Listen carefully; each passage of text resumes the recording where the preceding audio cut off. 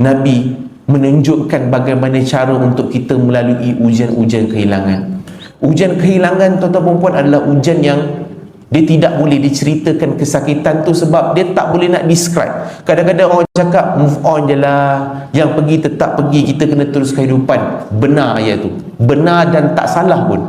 Tetapi orang yang kehilangan dalam hidup, dia bukan hanya rasa kosong dalam hidup, tetapi dia telah kehilangan perasaan kasih dan sayang yang sebelum ni dia dapat dalam kehidupannya. Nabi bukan hanya hilang isteri, Nabi bukan hanya hilang bapa saudara, tetapi dalam kehidupan Nabi, Nabi juga kehilangan ramai anak-anak Nabi. Nabi ada 7 orang anak, 6 daripada 7 orang anak Nabi wafat ketika sebelum Nabi wafat. Yang tinggal hanyalah Sayyidatina Fatimah.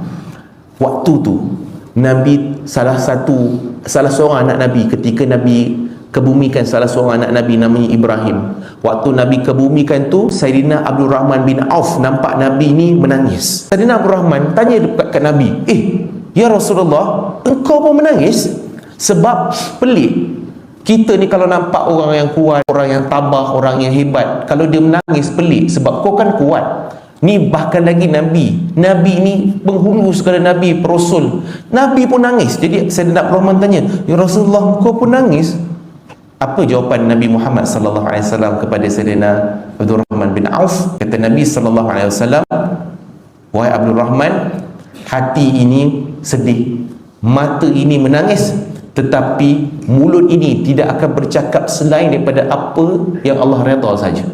Mana Nabi nak ajar kepada kita bahawa perasaan sakit, pedih, kecewa, sedih ini dia bukanlah sesuatu dosa dan sesuatu yang Allah hukum. Bahkan ada Nabi yang menangis hingga buta matanya, Nabi Yakub, ayah kepada Nabi Yusuf.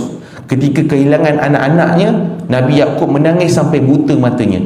Adakah kerana Nabi Yakub tak berdamai dengan takdir, tak setuju dengan takdir Allah, tak setuju dengan qada dan qadar? Bukan. Tapi kerana nak menunjukkan sisi-sisi kemanusiaan yang ada pada seorang Nabi. Nabi juga sedih, Nabi juga kecewa, Nabi juga ada terasa hati.